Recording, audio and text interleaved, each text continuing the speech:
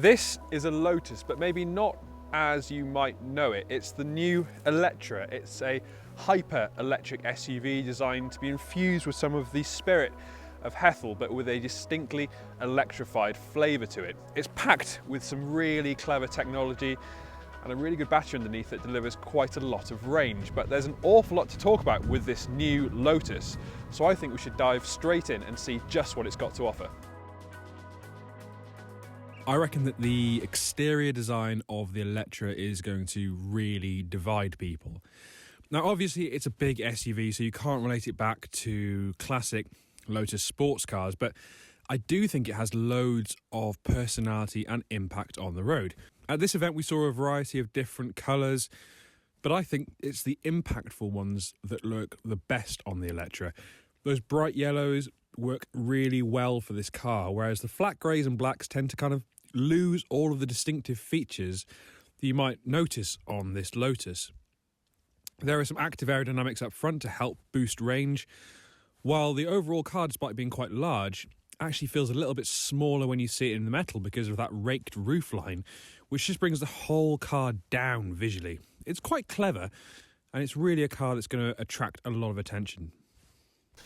Something I've already touched upon is the amount of technology that's inside the Eletre. It's really impressive. It's all based around this huge central screen, which actually uses some of the technology that you'll find in video games consoles, and that makes it really sharp and really responsive. It's where you'll find all your key features like navigation, all the car's setup and settings, and you're also able to play games, and in the future you'll be able to watch streaming services like Netflix as you charge. So what Lotus likes to believe is that the time spent in the car isn't wasted regardless of whether you're driving it or not. So you see this as a multimedia centre.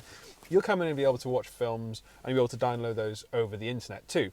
But I also like the fact that there are some nice practical things too. So you've got some nice cup holders in the middle, and anyone who's driven an older Lotus will appreciate the fact that there actually are cup holders. And we've also got a large central bin and some nice deep bins at the side, which are good for water bottles. So it ticks the SUV boxes well on top of those great in-car entertainment features. So what are the rear seats like in the Eletre? Well, first off, I've got plenty of space. Legroom, knee room, headroom, all excellent. And in fact, there's not too much of a transmission tunnel in the middle, so the person who's sitting in the middle will be able to get plenty of space to use up. Now, obviously in this car, there won't be anybody in the middle because this one only has 2 seats in the rear, but the Eletre is also offered as a 5-seater version. And I think that's probably the better option if you are after more practicality and more space. But as it is in this setup, it's really comfortable, the materials are excellent, and we've also got this screen in the middle which gives you some access to comfort functions such as changing the seat positioning and also the sound and media controls. Interestingly enough, you can actually adjust the front passenger seat from back here. So if there's someone you really don't like in the front, you can push them away. But overall, the fit and finish is excellent, and I like that there are some subtle branding touches like the original Lotus badges on the seat backs, which helps to lift the overall feel of the cabin. Lotus is calling the Eletre its first hyper SUV, and calling something that means that it's got to deliver a really big experience. And certainly the Eletre has got the performance credentials to make you think that it could do that. This car that we're in now is the Eletre S, which is effectively the entry-level model. And it'll still do 0 to 60 miles an hour in 4.3 seconds, which is pretty fast by anybody's margins. Despite that, it'll still return up to 373 miles on a single charge.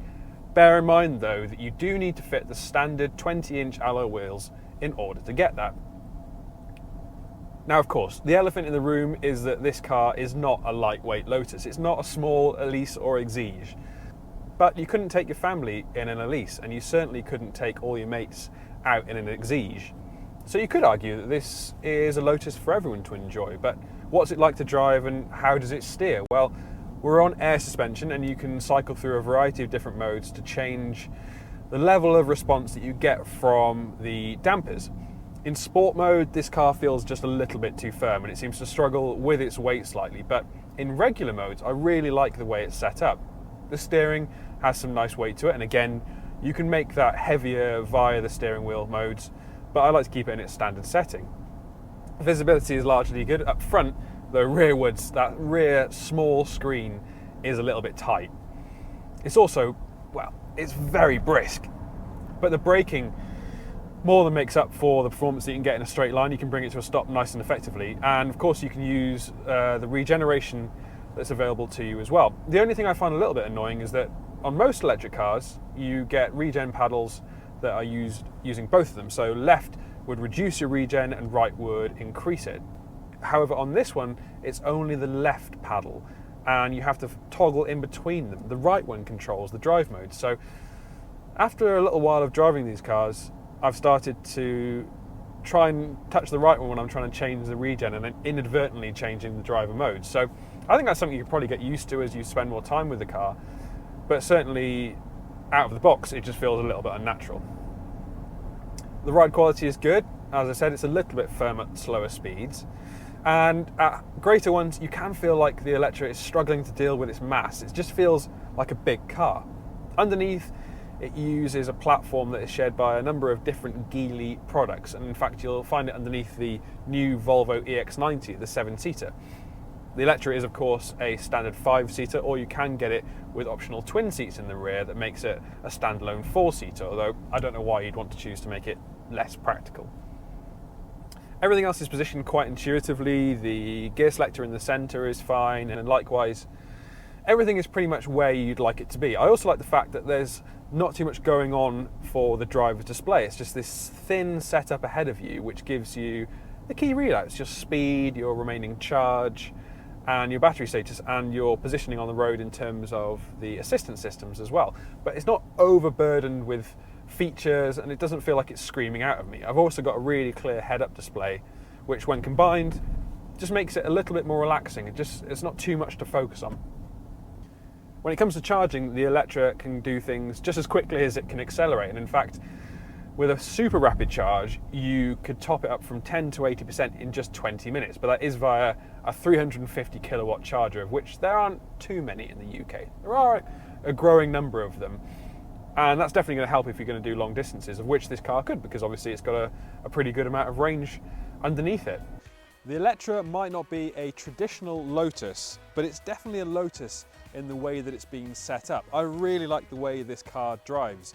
It feels like some real intent has been put upon how it steers and how it feels as it goes down the road. It's also backed up by some really clever technology inside, which transforms the experience and makes it feel like, well, a really well-rounded electric car in general. This isn't just a good electric vehicle, this is a good car in general, and that's why I think it's definitely one to watch over the next couple of years. Lotus has taken a really big leap ahead of the competition in terms of what it delivers, and that makes the Eletre a very exciting car indeed. Thank you for watching this new car review on the Lotus Eletre. Now, what do you think of this new electric Lotus? Do you like it, or are you still in the age of the petrol, Elise and Exige? Let us know in the comment section below. And since you're here, please remember to subscribe to the Motors.co.uk YouTube channel and click on that bell icon so you're notified every time we upload a new review.